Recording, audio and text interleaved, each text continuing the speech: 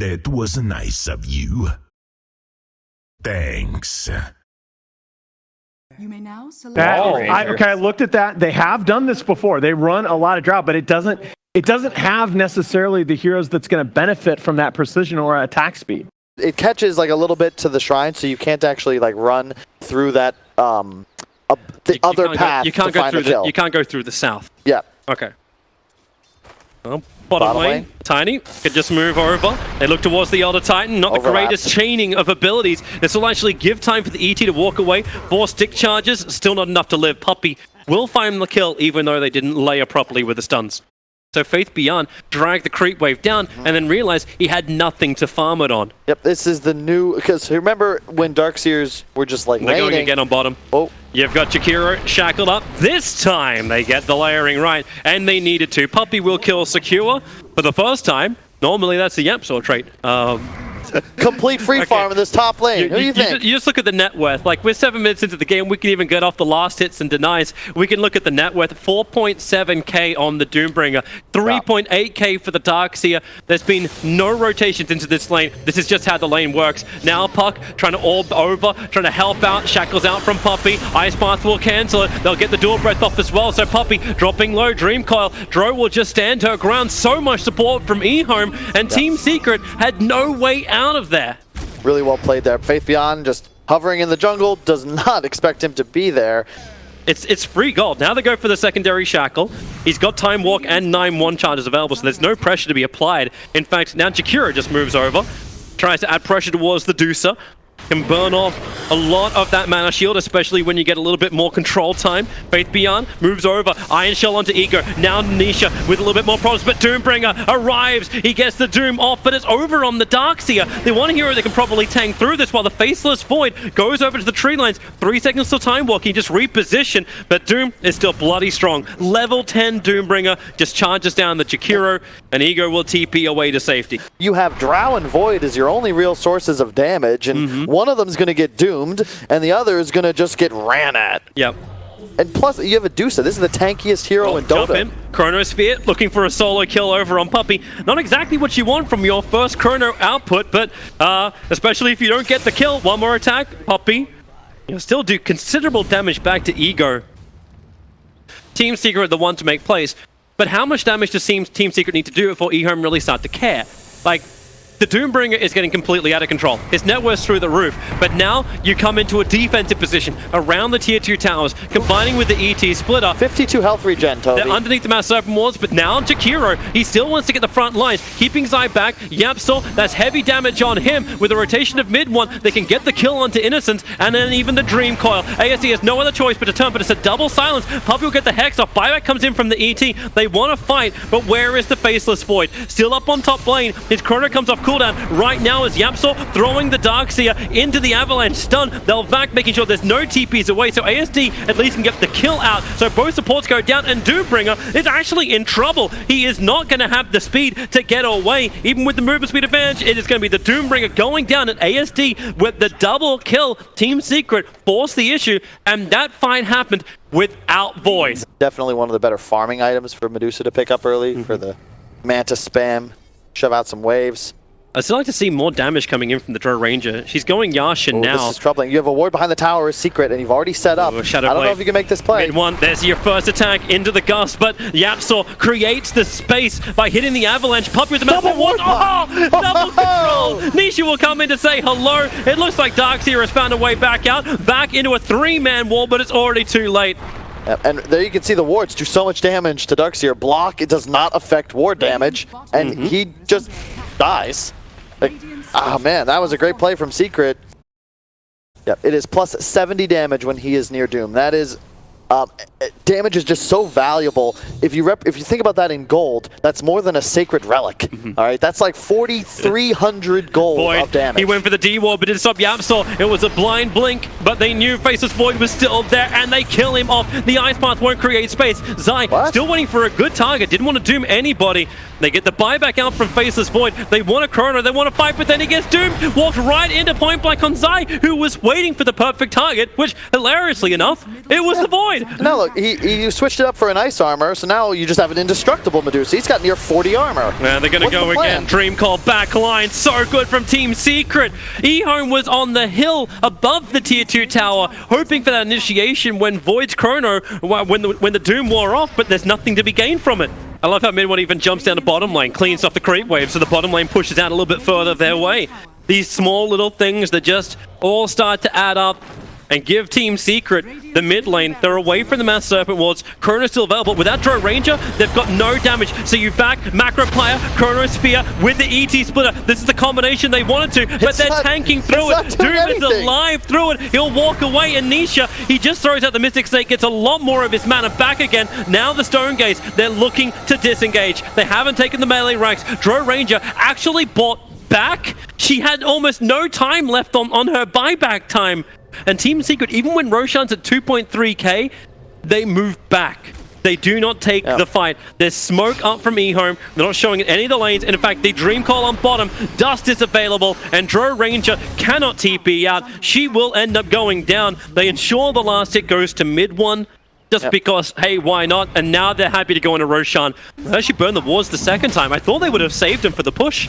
But Puppey doesn't want to take any risks. The Dusa with Aegis, you saw how hard it was to kill him once. How do you do it twice? Has anyone got a 4-star? You got Hurricane Pike, give it 3. Blink. You got Blink. That'll work. They still need to take the lane of Rax. Like, the damage they did in mid is being repaired at 5 a second against the melee.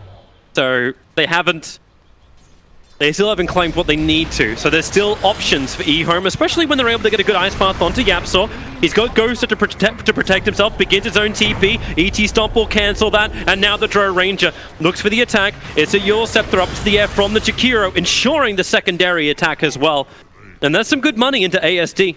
It's 280, it's not as much as you'd like. And now he's getting Diffusal Blade, so this is at least a nicer option against Nisha.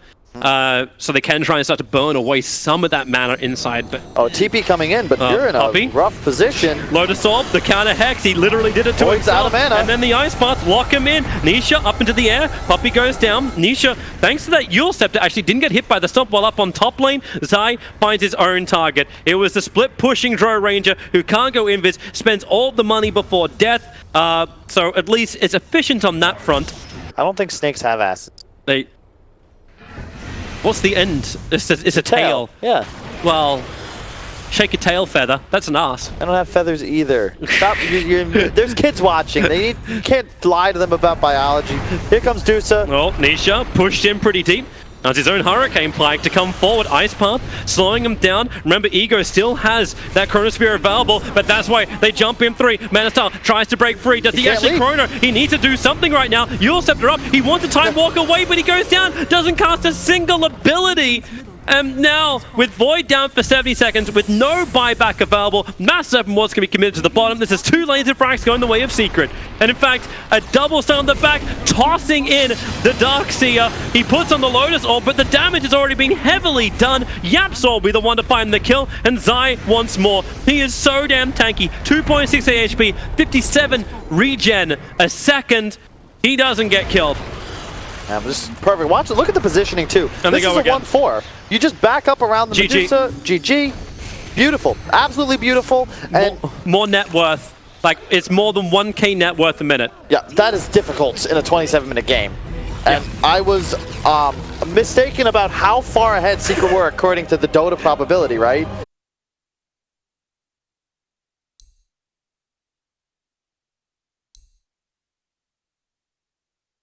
Okay, yeah, that I actually like. Never mind. I should have thought of that hero. I like that a lot better. I think it's a hero that gives you a lot of flexibility to make plays with his combos. And I love the tempo that the Secret lineup can play off. Once again, you have a big cooldown on your Tidehunter, just like they had Doom previously. However, the rest of the draft can play on map at all times. Yapsaw, Smirk will break. 4 heroes to First Blood. We'll be on to Yapsaw. No way to run away from this one. Slowed down by the boars. He will go down. They give the last hit to Faith Beyond. Don't know if that was intentional. And potentially, like, turn a fight somewhere else. Yep. Kunkka gonna be level 6 soon, and this is the beauty of a roaming stun with a Kunkka. It's almost a sure kill on boat. Shrapnel landing already. He's looking for the Tidebringer hit. Stormbolt just needs to be able to connect now. Yapsaw, he may be able to create enough space. X marks the spot. In for the torrent. And now Stormbolt. That's a kill onto mid one. Unless, no, there is no unless. Yapsaw's looking for a revenge attack into the Sven. One more attack would do it, but he can't get it off. He's got shackles available, but now with Salve on Sven, it will get cancelled, but he'll give the Stormbolt, instantly cancelling the shackle on ASD. And it's a 2-hero kill going the way of Kunkka. Yep. And then it's kind of up to you. Do you want the blink? I'd say if there were a game for it, when you're this ahead, I like it. But otherwise, Shadowblade's nice just for you get the bonus damage on the cleave. So top lane, PA may be in a little bit of trouble. Nothing to jump over to. No Chen to help out. I love how he's still not even summoning the boar. Like, just in case. The slow would be useful against Nisha, who goes into the trees. But just in case Chen's nearby, they'll drop the secondary nuke. Shaman dies in the meantime on bottom lane. A double damage Sven just moves in from the side and gets the kill on Yapsaw and now zones out Zai. Just by standing on top of that ward, he is a threat because on both of these lanes, you got to be afraid. Mid one just has to back off. The funny thing is, look at the net worth. He's doubled up. Yep. It is one hell of a game, and look at him run forward. They know they can connect on the torrent because Sven is the one that puts himself at risk. He may want to mango and Warcry up because more supports arrive. Exactly what happens, and support in from Innocence wants to root up over on Puppey. They still haven't got the kill, and Ravage trying to get the turnaround from Zai, but they can go in 3 different directions. No TP available. Sven is, in fact, dead. He doesn't have the mana to TP out, and Torrents try and allow him to fight against Yapsaw, but underneath the Wild Wings Tornado, Sven just cannot walk away, trapped in the trees. They're meant to be your friends, but that's the reason why HY is retired. And it's just great synergy with the armlet as well. His right-click damage is very significant. And keep in mind, you've got a Medusa and a Beastmaster to steroid him against a PA that is not only behind, but he'll take a while to come online. And he's got no real assistance in his damage output. Goodbye. Once again, Sniper caught out. Sven's doing his work, and you know Beastmaster on top lane is looking for a fight. It's the reason why Puppey, Ehome are walking away with this game. And I say walking because it ain't a run. It's a slow progression into victory. Yeah. Plus 40 damage for a Kunkka level 1 talent. Is this a real thing? Raw comes out, and well, the protection. Nisha, he's got a jump target, but Ehome brought in more support. With a Warcry out, there's no return damage that will ever be able to pierce this Ehome lineup. One of the few spells that I don't believe is disjointable in that way because it stuns in that AoE around you. So it's technically disjointed, but it still lands and gets that. 10 of bounties. The stuns come forward, the axes as well with the root. And man, Puppey is permanently locked down. That was a max duration Fortune's End. Yeah. Maybe they can't survive for long, but if a good Ravage connects and Sniper can just stay in the back lines, they've got more to play with. That's what Ehome didn't have. But when ASD is just able to do this,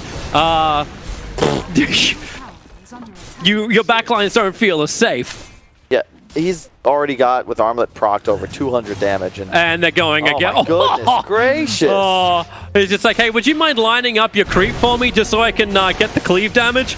All right, not required. Zai does TP in over. More supports coming in as well in the form of Yapsaw. No mass surf towards ASD. That'll be the big kill again. The Roar is out, stopping the PA from attacking. And ASD just toggles through, begins his TP out. That was optimistic. Innocence, he didn't actually false promise. He false promised himself so he could TP away. ASD really could have used that time. One of my favorite things about Kunkka. He's so efficient. Goes back, gets even a healing salve so he can get up to full because he knows the time he'll have back at base is not going to be enough. Bottom lane, Zai up too far, trying to force the tower, but that's the reason why Sven moves over, holding the Stormbolt for the moment. I think he's making sure that Zai is low enough that he won't even think about a TP away to safety, and even Beastmaster axes.